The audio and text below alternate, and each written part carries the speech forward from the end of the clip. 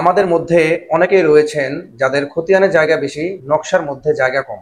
এই সমস্যা থেকে সম্মুখীন পেতে আপনারা অনেকেই কোর্টের মধ্যে রেকর্ড সংশোধনীয় দেওয়ানি মামলা করে থাকেন, এবং এই সাথে আপনাদেরকে একটি তুলনামূলক নকশা অথবা প্যান্টাগ্রাফের একটি কাগজ অথবা ডিজিটাল ডিমার্কেশনের একটি কপি এখানে জমা দিতে হয়।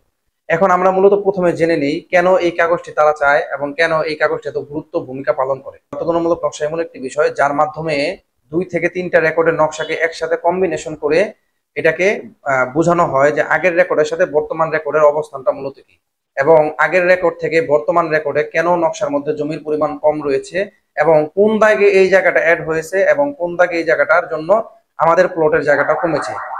এই বিষয়বস্তুগুলোর জন্যই মূলত আমাদের একটি তুলনামূলক নকশা বা পেন্টাগ্রাফ করা জরুরি। এখন অনেকেই আবার চান সারা বাংলাদেশের বিভিন্ন প্রান্ত থেকে আমাদের মাধ্যমে যারা ডিজিটাল ডিমার্কেশনের কাজগুলো করিয়ে নিয়ে থাকেন। ডিজিটাল ডিমার্কেশনের কাজগুলো মূলত কিরকম, আপনার প্লট বা বাহুর সামগ্রিক যে ফিট প্লাস আপনাদের প্লটে এক্স্যাক্টলি নকশার মধ্যে কত শতাংশ জায়গা আছে, এই বিষয়বস্তুগুলো বোঝার জন্য আমরা একটি প্রতিবেদনের মাধ্যমে আপনাদেরকে উপস্থাপন করে থাকি, যার মাধ্যমে আপনি খুব সহজেই আপনার কোন বাহু কত ফিট এবং আপনার জমির মধ্যে কত শতাংশ জায়গা আছে আপনার এটা নর্মালি খুব সহজেই ইজিলি বুঝতে পারেন।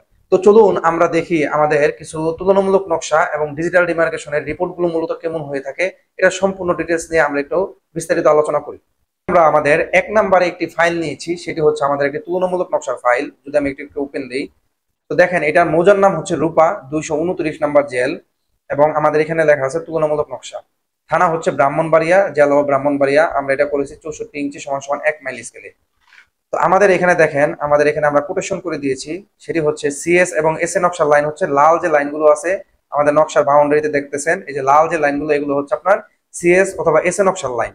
এবং আমাদের এখানে প্লটের মধ্যে নীল যে রঙের যে কালার গুলো আছে এগুলো হচ্ছে আপনাদের বিএস নকশার লাইন।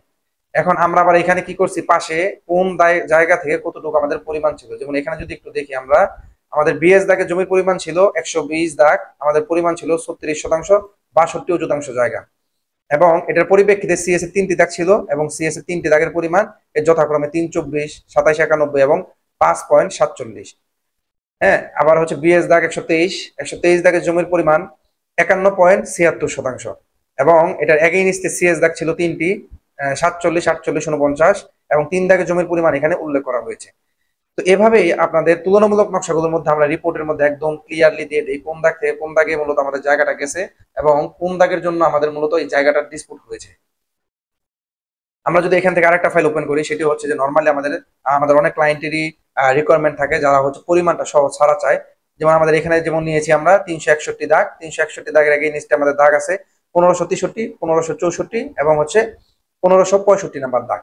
এই একটি দাগ ভেঙে আমাদের 3টি দাগ হয়েছে। অনেকে দাগ শনাক্তের জন্য আমাদের ঢাকার মধ্যে যারা রয়েছেন, যখন আমরা নামজারি বা মিউটেশনের কাজগুলো করে থাকি তখন কিন্তু আমাদের একটি প্যান্টাগ্রাফ সংযুক্ত করতে হয়।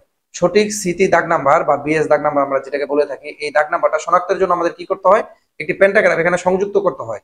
এবং আপনারা যদি অনলাইনে বর্তমানে মিউটেশন বা নামজারির জন্য আবেদন করে থাকেন, আপনারা এই ব্যাপারে অবগত আছেন যে আমাদের একটি কলাম রেডি করে দিয়েছে যেখানে আমাদের প্যান্টাগ্রাফটা অবশ্যই সংযুক্ত করতে হয় ঢাকা সিটি খতিয়ান থেকে আমরা যদি নামজারি বা মিউটেশনের জন্য আবেদন করতে চাই জমা খারিজের জন্য।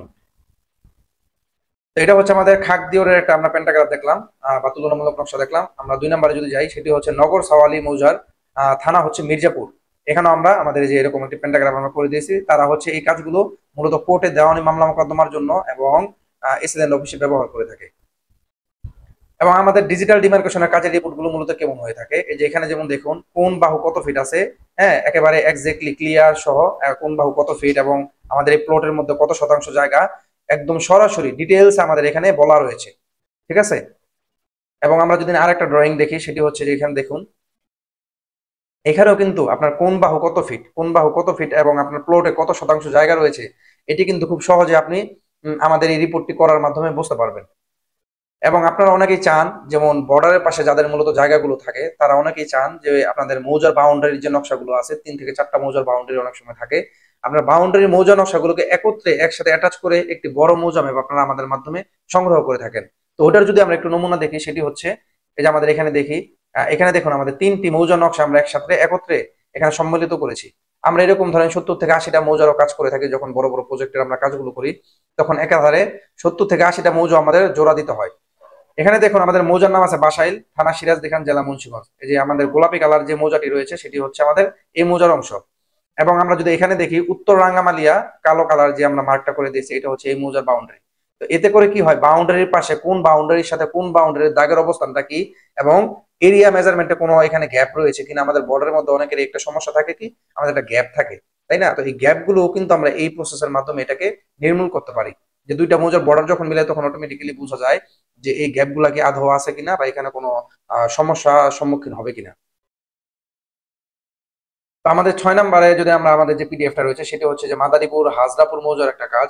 এটা হচ্ছে আমরা দুইটা মৌজা জোড়া দিয়েছিলাম, ঠিক আছে, শীট নাম্বার 1 এবং শীট নাম্বার 2। অনেক সময় যে যেমন রাস্তার এই অংশ এবং নদীর যে অংশ, দেখেন এখানে একটা বিশাল সমস্যা, যেমন তারা যেটার জন্য নিয়েছিল সেটি হচ্ছে একই রাস্তার দুইটা মৌজার মধ্যে এখানে উঠানো হয়েছে, ঠিক আছে। তো এটা নিয়ে মূলত তাদের এই সমস্যার সম্মুখীন হয়, এবং তারা এইটাকে দুইটাকে যখন জোড়া দেয় তখন তারা দেখতে পারে যে দুইটা নকশার মধ্যেই আলাদা আলাদা পৃথকভাবে দাগ স্থাপন করেছেন, এবং আলাদা আলাদা ভাবেই এই দুইটা রেকর্ড হয়েছে। তো কাজেই যখন আমরা দুইটা মৌজা নকশাকে বাউন্ডারি জোড়া দিয়েছি তখন কিন্তু এটা অটোমেটিক্যালি আমরা বুঝতে পারছি এক বাউন্ডারি টু এক বাউন্ডারি আমাদের যে হিসাবগুলো আমরা করছি, তখন দেখছি যে না, এই দুই বাউন্ডারির মধ্যে দুইটা রেকর্ডই আলাদা আলাদা। এবং এখান থেকে আপনারা অনেকে হাউজিং প্লটের কাজগুলো করান, বা প্ল্যান, আমাদের যে প্ল্যানের কাজগুলো থাকে এই প্ল্যানের কাজগুলো অনেকে করিয়ে থাকেন। যে আমাদের এখানে আমরা একটা প্ল্যানের কাজ করেছিলাম, সেটি হচ্ছে আফতাবনগরের একটি কাজ করেছিলাম আমরা। তো এখানে আমাদের হাউজিং এর যে কাজগুলো আছে আপনারা চাইলে আমাদের মাধ্যমে ডিজিটাল সার্ভে করিয়ে এই হাউজিং এর কাজগুলো আমাদের মাধ্যমে করাতে পারবেন।